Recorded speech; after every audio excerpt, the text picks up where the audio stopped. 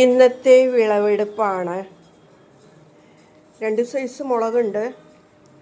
ഇത് നല്ല എരിവ് വന്ന മുളകാണ്. ഒരു മുളക് മതിയാകും ഒരു കറിക്ക്. നല്ല എരിവുണ്ട്.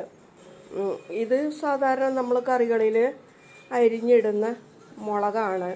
ഇവിടെ ഞങ്ങൾക്ക് ചക്ക പല മൂപ്പിലാണ് ഉണ്ടായേക്കണേ. അപ്പോൾ ഇനിയും കുറേ നാളും കൂടി കിടക്കുന്ന ചക്ക ആണ്. ഇതാ ആദ്യമായിട്ടിട്ടൊരു ചക്കയാണ് ഒരു പ്ലാവിൻ്റേത്. അപ്പോൾ പിന്നെ ഇന്നത്തെ ജാതിക്ക വിളവെടുത്തതാണ് കേട്ടോ. ഇത് കുറച്ച് ഇതൊക്കെയാണ് ഇന്നത്തെ ഞങ്ങളുടെ വളപ്പിൽ നിന്നും കിട്ടിയ വിളവ്.